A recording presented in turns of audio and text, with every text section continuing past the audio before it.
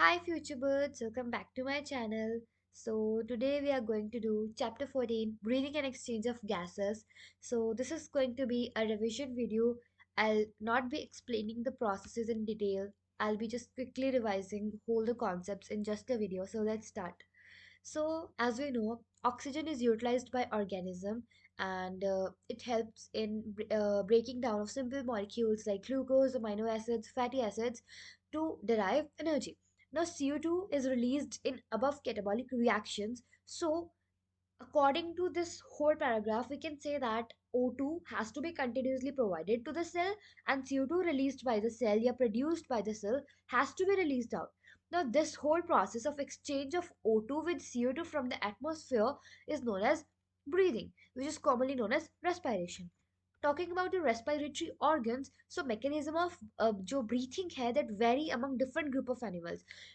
किस किस पे डिपेंड करेगा मेनली ऑन द हैबिटेट और लेवल ऑफ ऑर्गेनाइजेशन इन दो कंडीशंस पे डिपेंड करेगा talking about low invertebrates like sponges, coelacanths, flatworms, they exchange O2 with CO2 by simple diffusion over the entire body surface.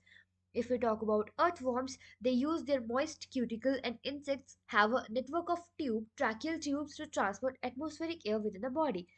But if we talk about gills, which are special vascularized structures which help in branchial respiration, are used by most of the aquatic arthropod and mollusks. Whereas if we talk about pulmonary respiration, which is done by using vascularized bag known as lungs, it is used by terrestrial forms for exchange of gases. Now, among vertebrates, fish uses gills, जबकि हम amphibians की reptiles की birds की mammals की बात करें they respire through lungs and amphibians like frog इनके आप पढ़ चुके हो अगर आपने आपका बुक का स्ट्रक्चरल ऑर्गेनाइजेशन वाला पढ़ा होगा उसमें आपको बताया जाता है चैप्टर में कि फ्रॉग्स जो है वो तीन तरीके से रेस्पायर कर सकते हैं यहाँ पे जैसे मेंशन किया है via there moist skin cutaneous respiration and बाकी आप उस चैप्टर में पढ़ चुके हो अगर आपको आंसर आता है तो कमेंट बॉक्स में ज़रूर बताओ नाउ थोड़ा मैं जूम कर लूँ एक्चुअली आपको क्लियर दिखेगा क्योंकि साइड पे खाली पोर्शन ही है Yes, starting with the human respiratory system, we have a pair of external nostrils opening out above the upper lips. It leads to nasal chamber through the nasal passage. यानी पहले upper lips के ऊपर जो nostrils है उसमें पहले nasal passage से होते हुए फिर nasal chamber आएगा. The nasal chamber opens into the pharynx, a portion which is common to passage for food and air. The pharynx opens through the larynx into the trachea. Larynx is a cartilaginous box which helps in sound production, hence called the sound box. During swallowing, जब हम निगलते हैं किसी चीज को, the glottis can be covered by a thin, elastic, cartilaginous flap called epiglottis to prevent the entry of food into the larynx.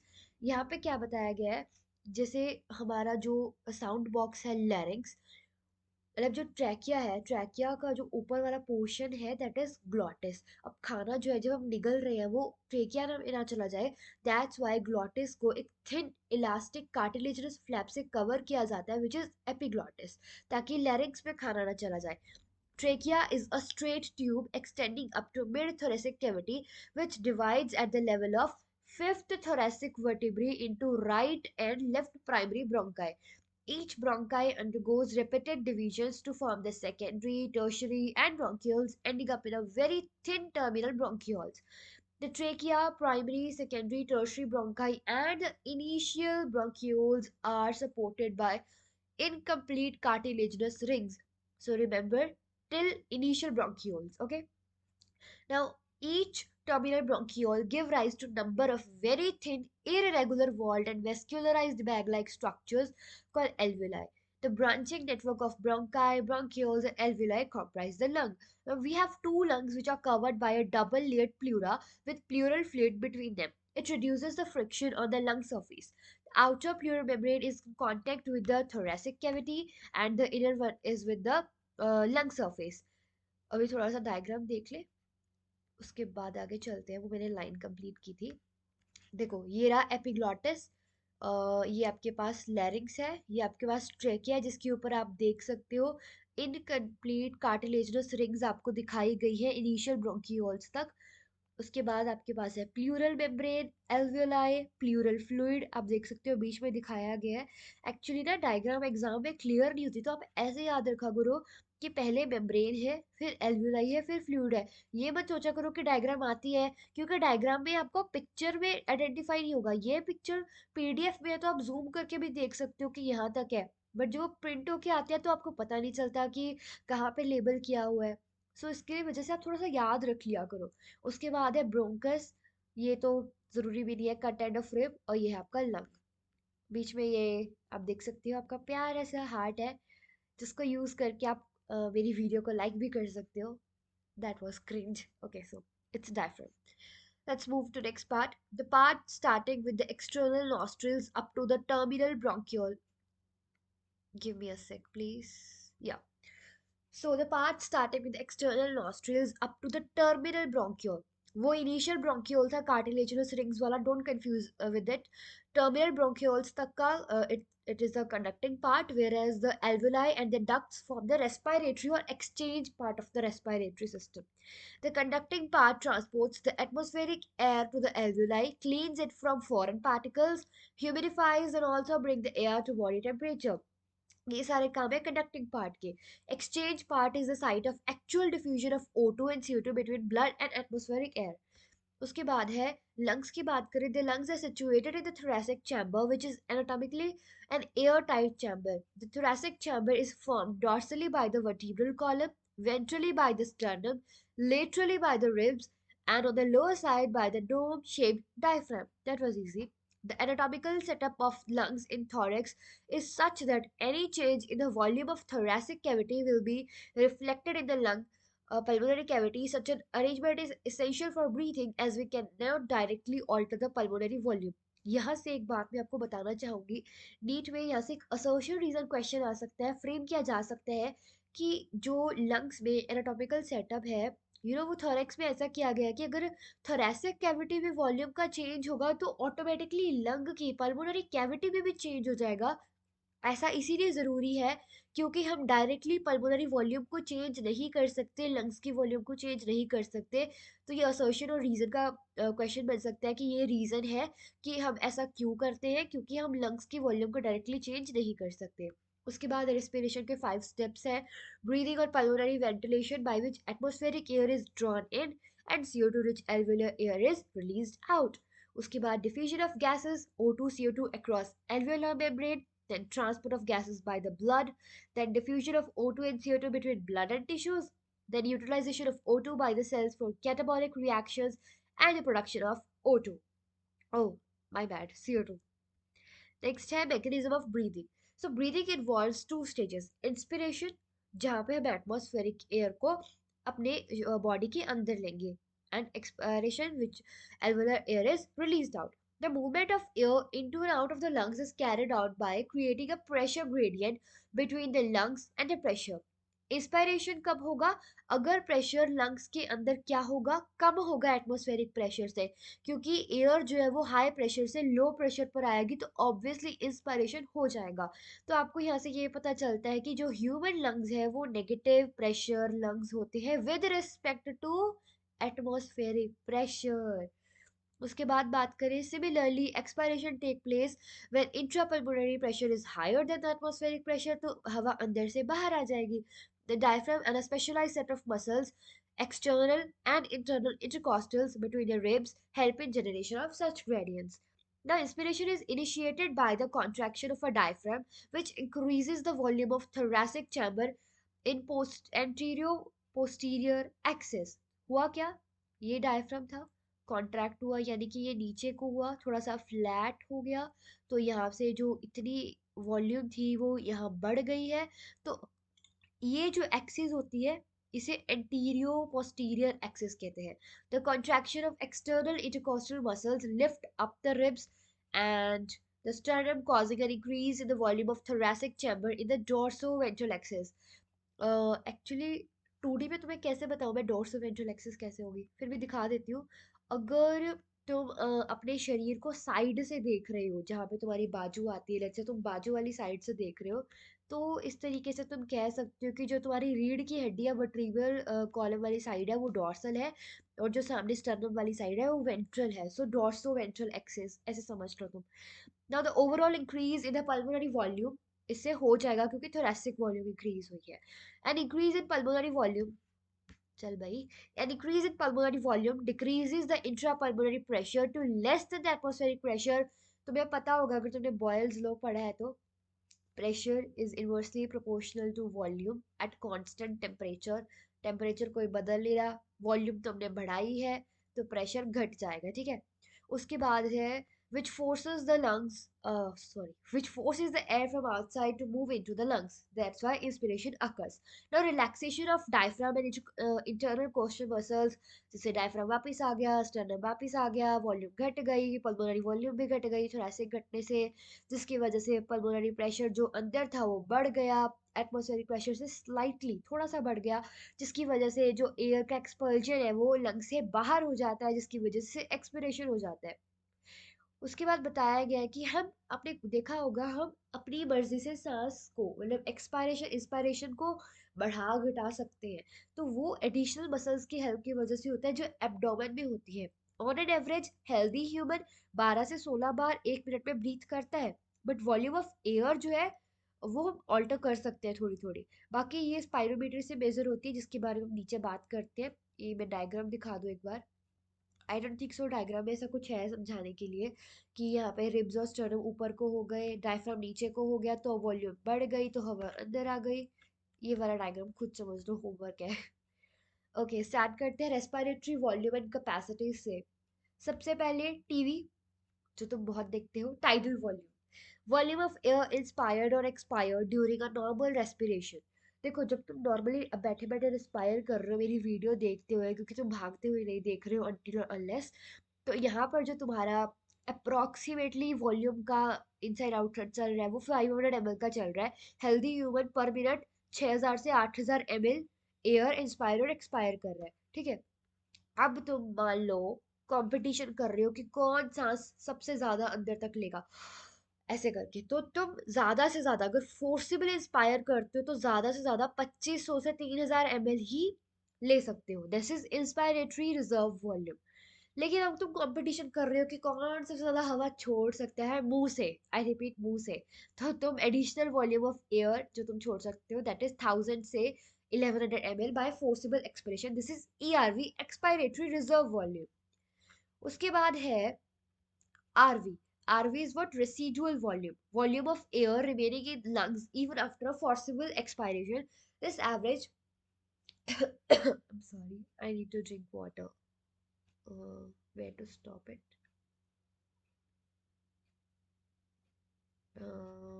यहाँ से बंद हो जाएगी। ओके, मैं ऐसे ही पी लेती हूँ। So sorry for the disturbance.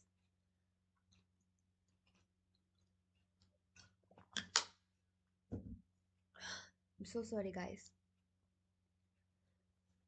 So, moving back to residual volume, volume of air remaining in the lungs even after a forcible expiration। अब ये तो है नहीं कि तुमने कंपटीशन किया कौन सबसे ज्यादा हवा बाहर निकालेगा, कि तुम अपने लंग्स को सिकोड़ ही दोगे, एक एक परसेंट हवा निकाल लोगे, नहीं ऐसा नहीं होता। 1100 से 1200 ml जो परसेंट इतना जो ml एयर है ये तुम्हारे लंग्स में तभी भी रहेगी जब चाहे फोर्सिबली एक्सपायर भी कर लो। अब ये जो हमने ऊपर कैपेसिटी सॉरी वॉल्यूम्स पढ़ी, इनको जोड़ जोड़ के हम कुछ कैपेसिटीज बनाते हैं, जिससे हमें क्लिनिकल डायग्नोसिस में हेल्प मिलती है, कोई डिसीज पकड़ने में हेल्प मिलती है। So starting with inspiratory capacity, IC, ये वो वॉल्यूम है जैसे कि नाम बता रहा है कि मेरे अंदर इंस्पायरेशन की कितनी कैपेसिटी है, this means tidal volume plus IRV.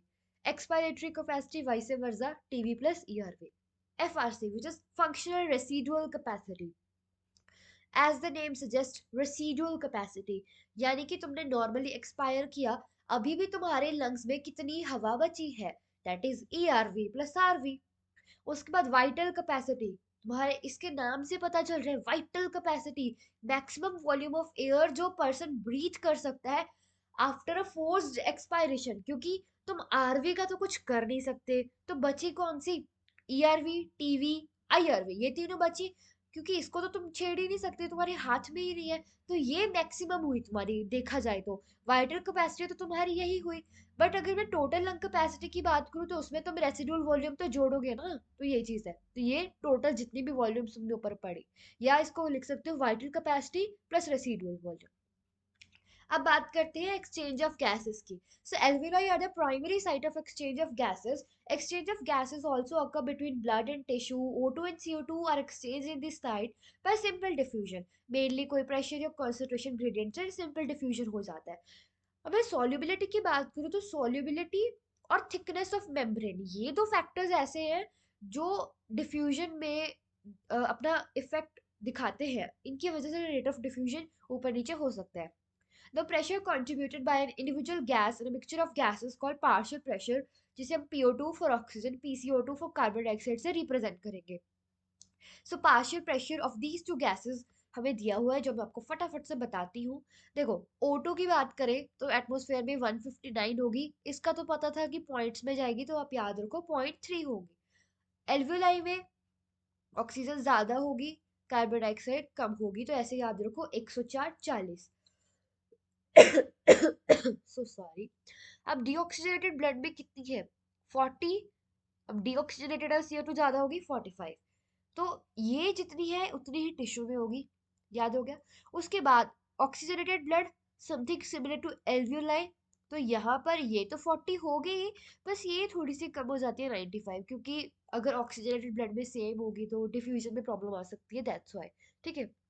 बाकी तुम ऐसे भी याद रख सकते हो, CO2 की दो ही वैल्यूज पॉसिबल है इसको छोड़ के, 40 और 45। जहां तुम्हें लगता है कि ज्यादा की जरूरत है 45 दे दो, जहां तुम्हें लगता है कम देना चाहिए वहां 40 दे दो। ठीक है, ऊपर वाले की याद हो जाती है। वैसे मैंने देखा है, डाटा याद रखना इतनी बड़ी बात नहीं है, दो चार बार रिवाइज करो हो जाता है। ये डायग्राम में भी सेम ही चीज बताई हुई है। ये प्रोसेस में नीचे एक्सप्लेन कर देती हूँ, डायग्राम आप खुद कर सकते हो। यहाँ पे क्या होता है, एक ग्रेडियंट बनाया जाता है CO2 के लिए अपोजिट डायरेक्शन में, from tissue to blood and blood to alveoli, ताकि CO2 को पहले टिश्यू से ब्लड में लाया जाए, फिर ब्लड से एल्वियोलाई में फेंका जाए, बाकी एल्वियोलाई अपना खुद संभाल लेगी। अब देखा जाए तो सॉल्युबिलिटी ऑफ CO2 20 से 25 टाइम्स ज्यादा है O2 से, और अमाउंट ऑफ CO2 जो है ना, वो भी बहुत ज्यादा डिफ्यूज हो सकती है पर यूनिट अगर देखा जाए O2 से। तो अब प्रॉब्लम आ गई कि CO2 तो हर चीज में आ गया है। तो डिफ्यूजन मेम्ब्रेन जो है, ये 3 लेयर से बनती है। Thin squamous epithelium of alveoli, endothelium of alveolary capillary, sorry alveolar capillary, और बीच में इन दोनों के बेसमेंट मेम्ब्रेन होती है पतली सी, जो इन दोनों को सपोर्ट करती है। ठीक है, ये सिंगल लेयर एंडोथेलियल सेल से बनी होती है कैपिलरी की। अब टोटल थिकनेस इसकी 1 मिलीमीटर से भी कम है। हाउएवर ये सारे फैक्टर्स जो है हमारी बॉडी में फेवरेबल होते हैं कि O2 ज्यादा डिफ्यूज करे एल्वियोलाई से टिश्यू में, और CO2 ज्यादा डिफ्यूज हो अगर टिश्यू से एल्वियोलाई डिफ्यूजन हो रहा है। ठीक है। उसके बाद बात करूं ट्रांसपोर्ट ऑफ गैसेस की, एक्चुअल में होता क्या है। जो ब्लड है वो मीडियम है। अब होगा क्या, O2 जो है वो तो 97% आरबीसी ले जाएगी, बची हुई 3% चलो प्लाज्मा डिजोल्व स्टेट में चली जाएगी, प्लाज्मा के थ्रू डिजोल्व स्टेट से चली जाएगी। बात आती है CO2 में, इसके पास भाई 3 ऑप्शंस है। 20 से 25% CO2 कहेगी मैं आरबीसी के साथ जाऊंगी, 70% कहेंगे हमें बाइकार्बोनेट बन के जाना है, और about 7% of CO2 dissolve state through plasma के डिजोल्व स्टेट के थ्रू प्लाज्मा से चली जाएगी।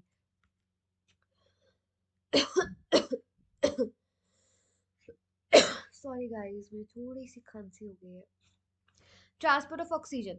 अब जो हीमोग्लोबिन है ये क्या है, ये red coloured iron containing pigment है जो कि आरबीसी में प्रेजेंट है ना। O2 can bind with haemoglobin in a reversible manner, ताकि टूट भी जाए जहां पे जरूरत है, टू फॉर्म ऑक्सी हीमोग्लोबिन।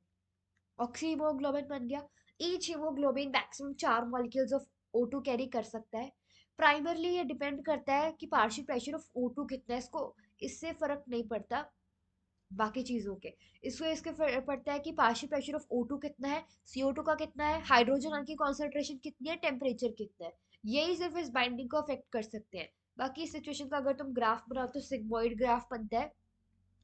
उसके बाद किस किस का ग्राफ बनाना है क्वेश्चन आ जाए तो, percentage saturation of haemoglobin with O2 का PO2 के साथ। ठीक है, कि जैसे जैसे तुम प्रेशर और पार्शियल प्रेशर ऑफ ऑक्सीजन बढ़ाते हो तो सेचुरेशन कैसे होती है हीमोग्लोबिन के ऑक्सीजन के साथ। इस कर्व को हम बोलते हैं ऑक्सीजन डिसोसिएशन कर्व, और ये बहुत ही यूजफुल है studying in factors like PCO2 H plus concentration binding of H2 with haemoglobin. अब बात करें एल्वियोलाई में, जहाँ पे हाई PO2 है, लो PCO2 है, लेसर H प्लस कॉन्सेंट्रेशन है, लो टेम्परेचर है, ये सारे फैक्टर्स किसके लिए फेवरेबल है, ताकि ऑक्सी हीमोग्लोबिन बने। तो टिश्यू में बात करें, टिश्यू पे low PO2, high PCO2, high H plus, higher temperature है, तो ये ऑब्वियसली उल्टा होगा, उल्टी जो है सिचुएशंस पैदा होगी एल्वियोलाई से। तो ऑक्सीजन ऑक्सी हीमोग्लोबिन से अलग हो जाएगी, डिसोशिएट हो जाएगी। यहाँ से क्लियरली पता चलता है कि O2 हीमोग्लोबिन से बाइंड करती है लंग सरफेस पे, टिश्यू पे आके टूट जाती है। ये डाटा थोड़ा याद रख लेना कि 100 ml ऑक्सीडेटेड ब्लड जो है can deliver around 5 ml of O2 to tissue under normal physiological conditions। Carbon dioxide का कुछ नहीं है, बहुत इजी है। ये कार्ब अमाइनो हीमोग्लोबिन बनाएगा CO2 हीमोग्लोबिन के साथ जुड़ के, जो मैंने बताया था 20 से 25% RBC लेके जाती है। The binding is related to partial pressure of CO2। बाकी PO2 इज मेजर फैक्टर, ये तुम्हें याद रखना है। इस केस में PO2 जो है वो मेजर फैक्टर है इस बाइंडिंग में, इसमें PCO2 का ज्यादा रोल नहीं है, तुम्हें ये याद रखना है।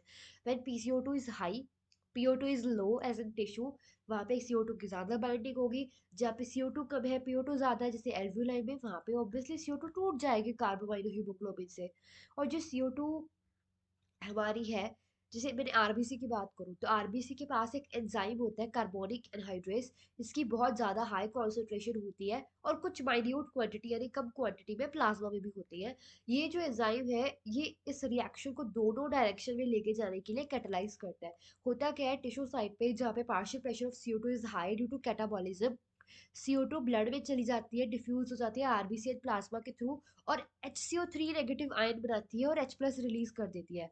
एल्वेलर साइड पे उल्टा होता है, वहाँ पे CO2 H2 आपस में बन जाते हैं। थस जो CO2 है वो बाइकार्बोनेट की फॉर्म में ट्रैप होकर टिश्यू लेवल से आती है, एल्वेलर में पहुंचती है, CO2 के फॉर्म में निकल जाती है।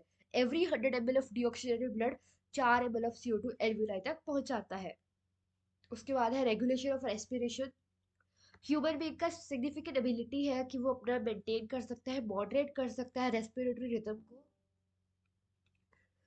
to soothe the demands of the body tissues. This is done by the neural system, a specialized center present in the medulla region of the brain called respiratory rhythm center। देखो याद रखो, ये confuse कर देते हैं, medulla में है RRC, that is respiratory rhythm centre, जिसका मेनली काम है रेगुलेट करना ब्रीदिंग को। एक दूसरा सेंटर है जो पॉन्स रीजन में है ब्रेन के, उसे न्यूमोटैक्सिक सेंटर कहते हैं, PP ऐसे याद रखो। और ये रेस्पिरेटरी रिदम सेंटर के फंक्शन को आगे वो कर सकता है, मॉडरेट कर सकता है। न्यूरल सिग्नल की बात की जाए, वो इस सेंटर से आता है, जिसकी वजह से इंस्पायरेशन की ड्यूरेशन में कमी आती है, इंस्पायरेशन में नहीं ड्यूरेशन में कमी आती है। देयरफॉर रेस्पिरेटरी रेट ऑल्टर होता है। एक कीमो सेंसिटिव एरिया भी एक सिचुएटेड है रिदम सेंटर के साथ में, जो कि CO2 के लिए हाईली सेंसिटिव है, हाइड्रोजन आयन के लिए हाईली सेंसिटिव है। जैसे ये दोनों बढ़ते हैं ना, ये सेंटर्स एक्टिवेट हो जाते हैं, जिसकी वजह से RRC को सिग्नल मिलता है कि भाई तू भी नेसेसरी एडजस्टमेंट कर रेस्पिरेटरी प्रोसेस में, ताकि ये जो सब्सटेंसेस है इनको निकाला जाए बॉडी से। और ये जो रिसेप्टर्स है which are associated with aortic arch and carotid artery, ये भी CO2 और H प्लस की कॉन्सेंट्रेशन के चेंजेस को डिटेक्ट कर लेते हैं, और जब भी जरूरत पड़े सिग्नल भेज देते हैं RRC को, ताकि साथ के साथ एक्शन लिया जा सके। ये थोड़ी लाइन इंपॉर्टेंट है, पढ़ लो भाई। Role of oxygen in the regulation of RRC is quite insignificant. Okay, अब बात करते हैं last disorders of respiratory system. सबसे पहले एस्मा।